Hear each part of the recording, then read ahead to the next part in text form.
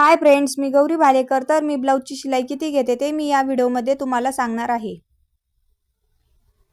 तर अशा पद्धतीने हे साधा ब्लाउज आहे। तर हे कटोरी ब्लाउज आहे आणि त्याला हुका पण मी व्यवस्थित अशा लावून घेतले आहे आणि पुढचा गळा हा व्यवस्थित असा गोल तयार करून बाहीला हात शिलाई करून घेतली आहे।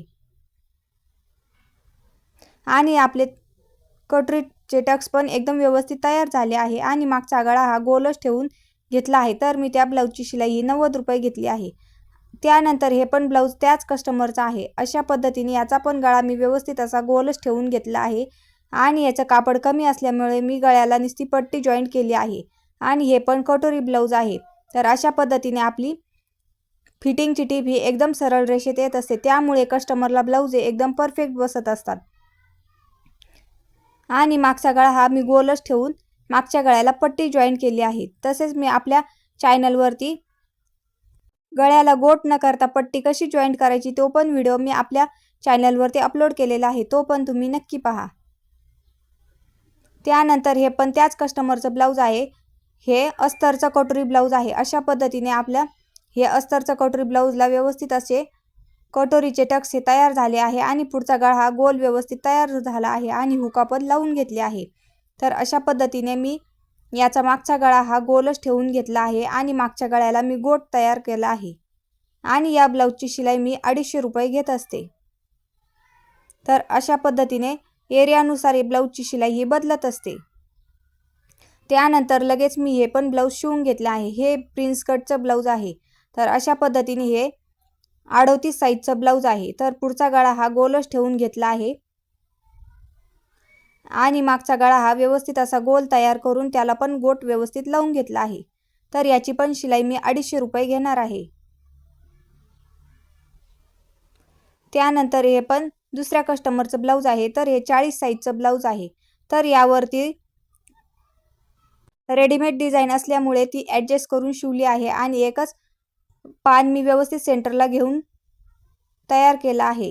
तर अशा पद्धतीने यो प्रिन्स कट ब्लाउज तयार केला आहे आणि नॉटला छोटे लटकन तयार करून घेतले आहे। अशा पद्धतीने या ब्लाउजची शिलाई मी 260 रुपये घेणार आहे। त्यानंतर हे कटोरी ब्लाउज आहे। तर या अस्तरचा कटोरी ब्लाउज आहे। तर अशा पद्धतीने मी पुढचा गळा व्यवस्थित असा गोल तयार करून घेतला आहे आणि मागचा गळा हा गोलच ठेवून डीप गळा तयार केला आहे। तर अशा पद्धतीने या ब्लाउजची शिलाई पण मी 250 रुपये घेणार आहे। त्यानंतर हे वेल्वेटचं ब्लाउज मी शिवलं आहे। तर अशा पद्धतीने हे वेल्वेटचं ब्लाउज मी शिवलं आहे आणि हे कटोरी ब्लाउज आहे। तर अशा पद्धतीने पुढचा गळा हा तयार झाला आहे आणि कटोरीला पण व्यवस्थित असे टक्स तयार झाले आहे। तर मी कटोरीचे टक्स हे किती इंचावरती घ्यायचे तो पण व्हिडिओ मी आपल्या चॅनलवरती अपलोड केलेला आहे।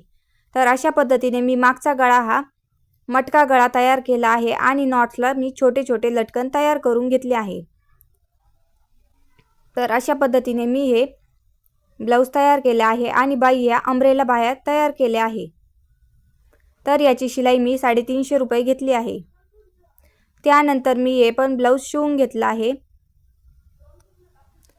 तर अशा पद्धतीने याचा मागचा गळा हा मी गोलच तयार करून घेतला आहे आणि त्यावरती डायमंडची लेस लावून घेतली आहे आणि नॉट्सला मी इथे छोटे छोटे लटकन तयार करून घेतले आहे। तर अशा पद्धतीने या ब्लाउजच्या बाह्या ह्या 10 इंचाच्या आहे आणि पुढच्या गळ्याला पण मी छान अशी डायमंडची लेस लावून घेतली आहे।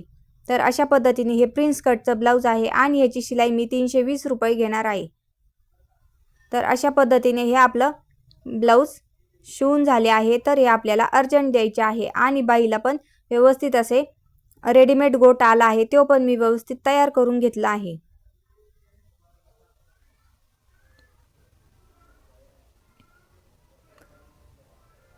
तर अशा पद्धतीने मी इथे 2 दिवसात इतके ब्लाउज अर्जंट तयार करून घेतले आहे।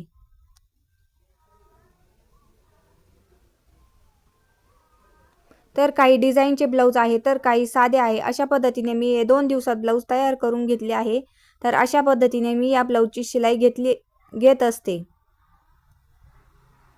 तर एरियानुसार शिलाई ही बदलत असते। तर हा व्हिडिओ तुम्हाला कसा वाटला नक्की सांगा आणि आपल्या चॅनलला लाईक, शेअर, सबस्क्राईब करा।